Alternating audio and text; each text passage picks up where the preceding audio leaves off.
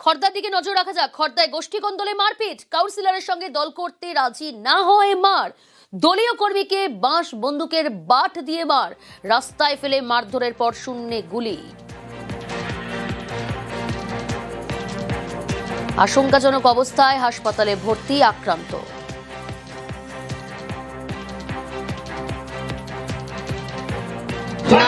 अजय मोरी, Chris Rajbhar, छोटा कल्लू के लड़का, फिर शिवा राजभर, आज 2-3 जन लोग के दोस्त रोहित पटवा, आज सब दोस्तों কি দিয়ে মেরেছে তোকে? बांस दिए, मेशिনের बांस दिए। টেলিফোন লাইনে রয়েছে প্রতিনিধি সুবীর। সুবীর, গোষ্ঠী কোন্দলের কারণ কি, সংঘর্ষের সূত্রপাত কি নিয়ে?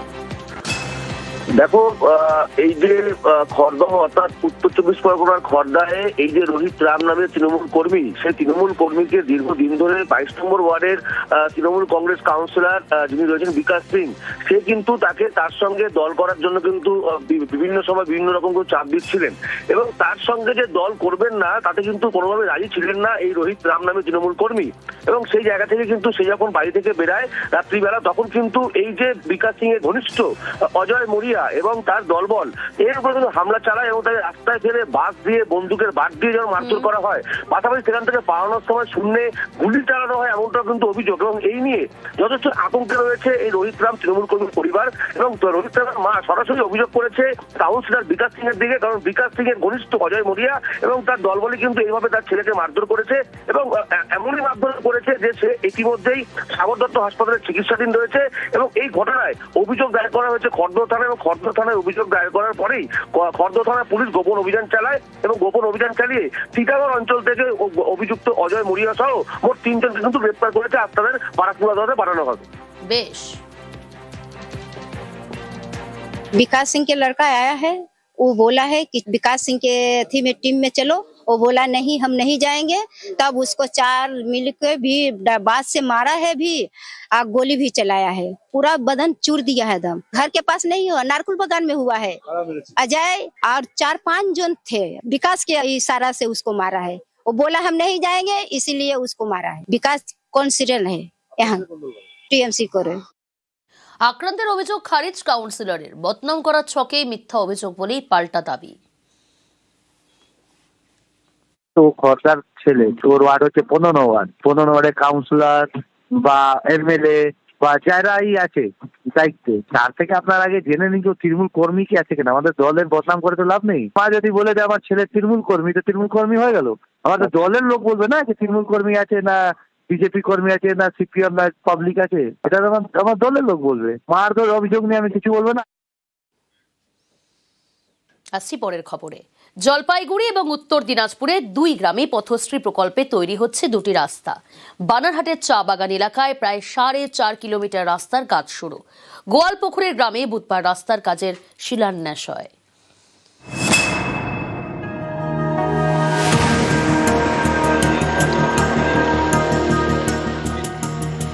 জলপাইগুড়ির বানারহাট, এখানকার গয়েরকাটা চা বাগান এলাকা থেকে হিন্দুপাড়া চা বাগানের গেট পর্যন্ত প্রায় 4.5 কিলোমিটার রাস্তা।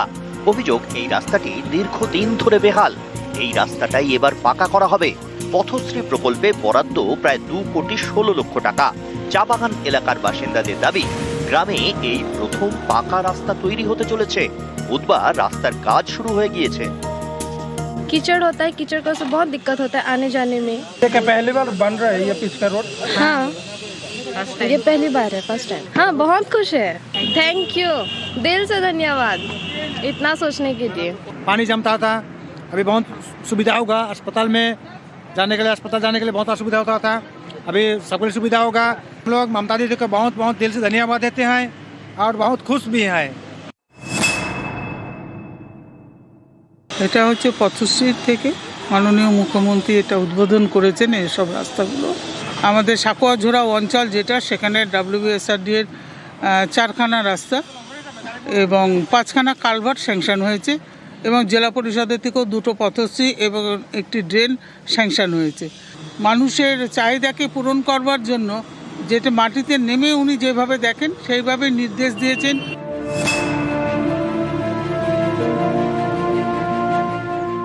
উত্তর দিনাজপুরের গোয়ালপুকুরের গ্রামেও পথশ্রী প্রকল্পে তৈরি হচ্ছে পাকা রাস্তা। এটা গোয়ালপুকুরের কাঁঠালবাড়ি থেকে জাতীয় সড়ক সংযোগকারী একমাত্র রাস্তা। প্রায় 1.5 কিলোমিটার মাটির রাস্তা বছরের পর বছর বেহাল। এই রাস্তা এবার পাকা করা হবে। পথশ্রী প্রকল্পে বরাদ্দ প্রায় 71 লক্ষ টাকার বেশি। বুধবার রাস্তার কাজের শিলান্যাস করা হয়। বৃষ্টির সময় না অনেক ভেজাল হয়, যাতা আসা খুব ভেজাল। আচ্ছা, খুব কষ্ট হতো। খুব কষ্ট। আচ্ছা, সেই জন্য আমরা মন্ত্রীকে বলছিলাম, মন্ত্রী আসে উদ্ঘাটন করেছে, রাস্তার আমাদের ভালো মতন পাস করেছে, এখন কাজও ভালো করব। মুখ্যমন্ত্রী মমতা বন্দ্যোপাধ্যায় আজকে এই পথশ্রী করে এরা উপকার করেছে আমাদের পর। এই গ্রামীণ এলাকাতে কানেক্টিভিটি আমরা বাড়াতে পেরেছি। কাল থেকে কাজ হওয়ার পর সোজা এনএচআই ধরবে এখান থেকে, আর এখান থেকে এনএচআই ধরতে গেলে অনেক লম্বা যেত, আর এজেন্সিকে বলে দিলাম ভালো কাজ করার জন্য। জলপাইগুড়ির বানারহাট থেকে রকি চৌধুরী এবং উত্তর দিনাজপুরের গোয়ালপুকুর থেকে চঞ্চল মোদক, নিউজ 18 বাংলা।